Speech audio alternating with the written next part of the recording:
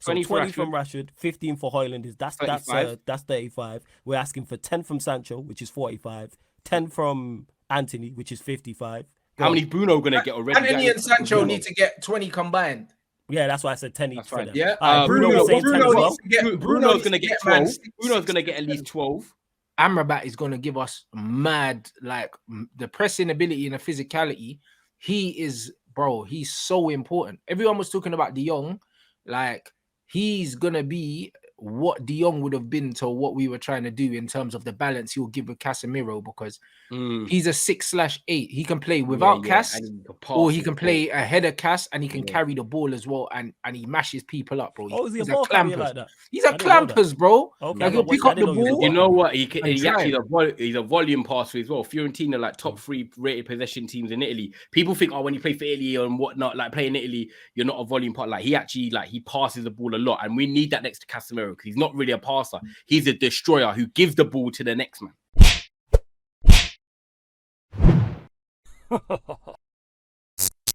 If Amrabat and Højlund, we still need to make a good account of ourselves. And when I say challenge, I don't think we can win the league, but we should be getting to March, April, within 10 points of the top of the table. We should be, bro. If we're well off, bruv, we're underachieving, bro. I'm sorry, it's not good enough. Was we see because remember last season at one point I think we were like 7 points within 7 points of Arsenal, and then we just fell away in March. It was in around March or April. I was. So if we're talking challenge, if we're talking keeping up in regards to being in March or April, yes, I can see that happening. We have to be in the conversation, bro, because we were in the conversation at one point last season, and then it all fell away.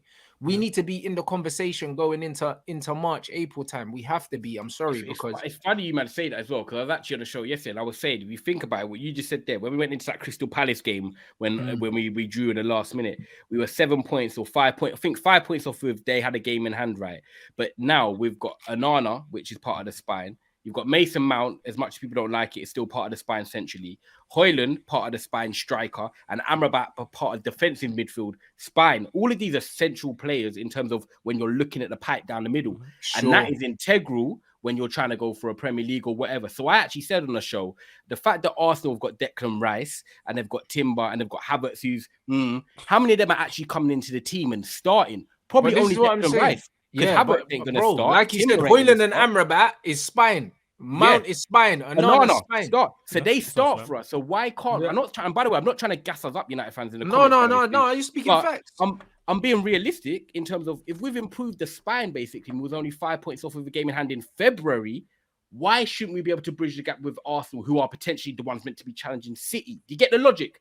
And I get the logic in regards to that. I'm not saying that we will flawless, but I don't think we will. Because, I see the argument for it in terms of February, March. Like, that makes sense because we have a better team on paper, therefore we should step forward. But we don't know how good are City going to be better than what they was. Because they weren't at it at that point. So the bar could get raised, even though Arsenal did have a terrific start to the season or terrific 2/3 type of thing. My problem is, and I keep saying it with the team, even if you add a Amrabat, you add a Højlund, where's the creativity and the goals coming from to sustain this? We don't.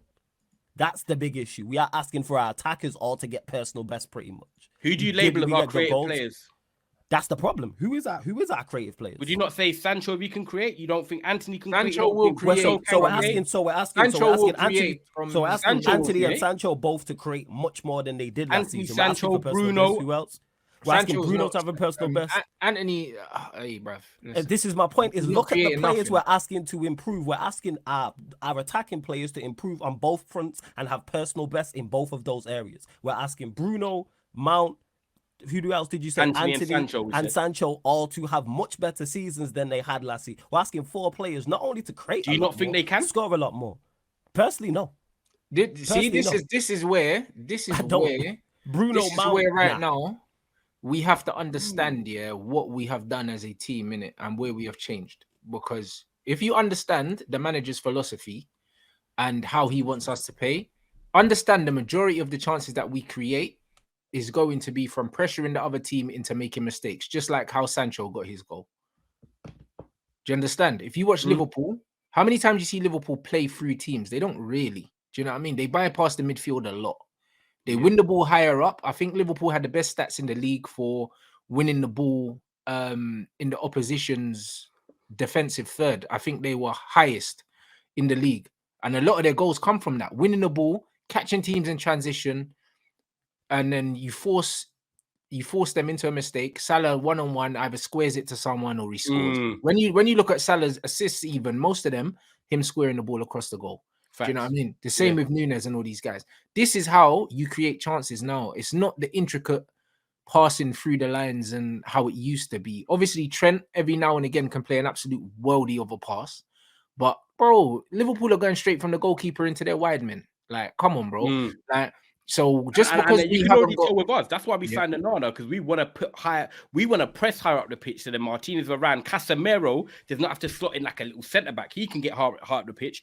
And then look, if we win the ball, we're already in the other team's half. And then that's when you got Sancho. And the thing is as well, what the people don't understand, when you play football, right, and you have Rants as well, when you're in a team, right, and you have a game plan of like, okay, you want to play out from the back, or like you get to halfway line and you go from here. If the team turn over the ball when you don't expect it, you're not then in shape. So players like Sancho, Rashford, Anthony, with their movement, despite them annoying us at times, that's when they can execute. So if we do get the ball high up the pitch this season, and Mount and Bruno are there quickly feeding him, we've got Rashford and running, teams will not be set. It's not about us being amazing and having to build up the ball. It's just about us playing the right pass at the right time, because defenses are looking everywhere. They're panicked. So if it works and we do get a system where we can press higher up, Casemiro can get higher up the pitch, we start winning the ball higher up the pitch like Liverpool did, like you said, with the Fabinho and the Wijnaldum times, even when Wijnaldum was there with his energy, we will get a lot of chances and we'll score. But that's what Mount's meant to be. Mount's meant to be our Wijnaldum, bro. Yeah, and that's what he's doing. And in regards to that, like you said, obviously pressing higher up the pitch is going to force the and being high pressing and having a keeper that we know that is actually going to come off. It's going to force the opposition into making more mistakes, which can help us create more chances and score more goals, which can happen. But like someone said, like that last comment said as well, even in the Liverpool system, because we'll use them as the example, they still had creative outlets there. They still had Trent. They still had Robertson. They still had Firmino. But even Robertson, when you look at Robertson's creative outlet, he's just spamming crosses. He's just spamming crosses, but he still is. But we don't even have that from our left back, whoever you want to say is. And they had Firmino, and then on top of that, they also had world-class ballers around him, like Salah, Mane at that time, Fabinho, not the Fabinho now, like that Fabinho. Yeah, but these men were, but respectfully, a lot of these men were fringe world-class players. You know them as they came into their own in that. I would take somebody's arm off now for some fringe world-class players. But bro, but the point is, the system made the players and not the other way around. And that's the point. The system definitely helped them, but the players also had that individual quality to add to that. We see, look at Salah's output there was ridiculous. I would love for Anthony listen, his output, that'd be crazy. Same with Mane. It would be amazing, but the difference as good as Firmino was. Go on. But that's it though, because like when you say about Salah and his output, when you look at it, like he's very much a striker, in it. Like he's goal orientated. Anthony's not. Facts. Do you know what I'm saying? Anthony's not goal orientated at all. Salah's not interested in facing you up and going past you 1v1, bro. He wants to cut into the box, get in there. Salah is our Rashford. That's it. Thank you. That's it. That's exactly what it is. So that's what Salah is, in it. Rashford, Salah on the other side. We've already got that pattern. Do you know what I'm saying? We don't have Armani who can do a bit of both. Do you know what I mean? Or they're Luis Diaz. We literally need that. You can drive at a man. And also on top of that, and Rashford to get even, and Rashford to even. But then you need him to step up. But say you have a left-footed Højlund on the right, or you have Mason on the right, blood. Then you've got goals on that side. Do you understand? Like Liverpool don't even think had goals. That's just two sharpshooters on either wing. No, because Mason's a bit of both. Like Mason's a shooter, but also like he's technical. He can link as well. Like Mason's not one-dimensional. Do you understand? Like we all know he's coming back now, so we ain't got to shy away from it. You know, like that. Like he's gonna come back eventually, and when he comes back, he's gonna score goals, bruv, in this team because we are going to create more, bruv. And in front of goal, the guy is fucking ruthless, blood. Yeah, he's ruthless. You know what? That's my concern. That's my concern before he gets to the super chat. In regard to is creating more, is the players I'm looking at? Like I said, like initially at the start, we're asking everybody to put a personal best in terms of season, in terms of performance and GNA. From literally our entire attack bar Rashford, and we want Rashford to go match what he did. I think did he not get 30 goals this last season? So we're asking him to do that again or improve. Yeah, but he done that in a purple patch. Imagine if Rashford consistently plays well, he can score way more than that. He's the only one I have no issues with, Rant. It's the rest, Rants. I have no issue with Rashford replicating the goals from the rest of the players will get made up from the team playing better as a whole. not individual performances. Yeah. And this was, so we only scored, you know, when you think about it, we actually only scored 58, man, them last year, 58 goals. Like, we can easily improve on that. And if you think we got 74 points or something, if you think about Onana, Mount, Højlund, and Amrabat potentially, that should give us an extra, 10 points, you're saying potentially? Because look at the silly games we drew away from home. I'm not saying that's going to win you the league or get us top 3, because just because we might get an extra 10 points, it doesn't mean that the quality of the Premier League is going to maintain that. We might actually only get the same amount of points, but the league's more competitive because other teams are improving as well. But it should, mathematically, you should think about it. It should improve us. The only thing I was going to say to you is that with this new way, we're talking about the pressing, right? And Sancho in the false 9, we've got Real Madrid tonight, and we are going to go strong. We're going to play this team that we've been playing all the other games. The only difference is Onana might actually start. So tonight, we actually might get a first glimpse of this higher press, this higher line, having a sweeper keeper. And that kind of excites me, because if it goes well, we know it's only going to get better. This is his first time playing with a Varane. He knows Martinez, which I love, which is good because he can settle in. But this might be a first time tonight we're seeing Onana and this high press and this highlight. But that's it, bro. And this is what it is. All of it starts from the goalkeeper. Like, even when you watch, if you watch, do you think he plays tonight? Yeah, I think so. And if you watch Onana's interview as well, which I did only yesterday or something, I was late, bro. But he was even saying, he was talking about, because they were talking to him about the clean sheets and stuff like that. And he said, listen, first line of defense is my strikers, like that. And that's it. And he's the first line of attack. So when he's getting these clean sheets, it's a team effort. Like, this is what the manager's putting in place now. It's a team effort. Our goalkeeper, who was one of the worst keepers in the league, got the Golden Glove last season, bro. Testament to the shape that the manager's building. Like, yet to concede a goal. I didn't watch the Wrexham game, but I don't count that game anyway. Yeah, what was the final score? 3-1 Youngers. Yeah, exactly. So I don't count that game as a preseason. That was a reserve game. Do you know what I mean? So I didn't watch the game. We haven't conceded a goal with our first team this preseason, and that's leading on from what we did last season. Do you know what I'm saying? Yeah. Because we were up there with clean sheets. I think we got the most. So defensively sound, and that comes from the shape. Do you understand? And then when you implement the energy, Amrabat is going to give us mad, the pressing ability and the physicality. He is, bro, he's so important. Everyone was talking about De Jong. He's going to be what De Jong would have been to what we were trying to do in terms of the balance he'll give with Casemiro, because he's a 6/8. He can play without Cas, or he can play ahead of Cas, and he can carry the ball as well, and he mashes people up, bro. He's a clampers. Like that? He's a clampers, bro. Okay, he'll pick up the ball. You know what? He's a volume passer as well. Fiorentina, top 3 rated possession teams in Italy. People think, when you play for Italy and whatnot, playing Italy, you're not a volume passer. He actually, he passes the ball a lot, and we need that next to Casemiro, because he's not really a passer. He's a destroyer who gives the ball to the next man. And can get forward and score also, Casemiro. Like that. So there's times where Cas can break forward and Amrabat can sit. Yeah, and just sit. Yeah. I do like that, the idea of that away from home. For me, like that, those two players. He, for me, is what brings the balance in the bigger games. Because I think that we've struggled in the bigger games. Bang on. Because the midfield, Casemiro and Amrabat, just to keep it solid, get through these 30 minutes when we're at Etihad, when we're at Anfield, and someone that's going to be giving that fight. Because one thing I feel like with Man United as well, and I think we might have said it on our first red tour together. When we saw Dalot, when we were going for that good spell last year, do you remember Dalot and Varane? Dalot was losing, away. Yeah, bro. And they kicked the ball out for a corner, but then, man, fist pumping, jumping up in there, doing the chest thing and that. Varane gets injured. There's none of that. Martinez gets injured. There's none of that. Everyone's just moving soft. But if you get Amrabat in there with Martinez, Varane, and then, man, just tackling the ball out for a throw away, you got that dog in him, basically, is what you're saying. Bro, yes. And you know what you know what that does, Flawless?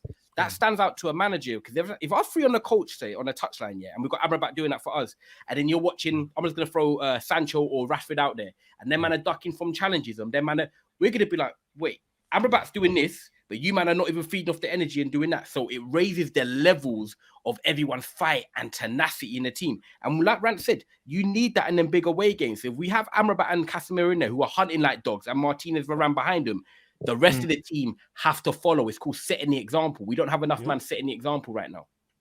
100%. And Amrabat looks like the kind of brother, who's just got a good hairline and he's bald, for banter, bro. You know, bro, we just do this thing when we need to. You get me, bro? Amrabat, probably got the crispiest hairline and he's just bald on a mad one. You know them ones. Like that's what it is. Man just shaved off his hair for a dare and that, and just kept it like that. Like he's a mad youth, bro. Like he plays with mad intensity and aggression all the time, bro. Do you know what I mean? And these players don't really exist in the modern game. They don't exist. Like he plays like he's angry all the time.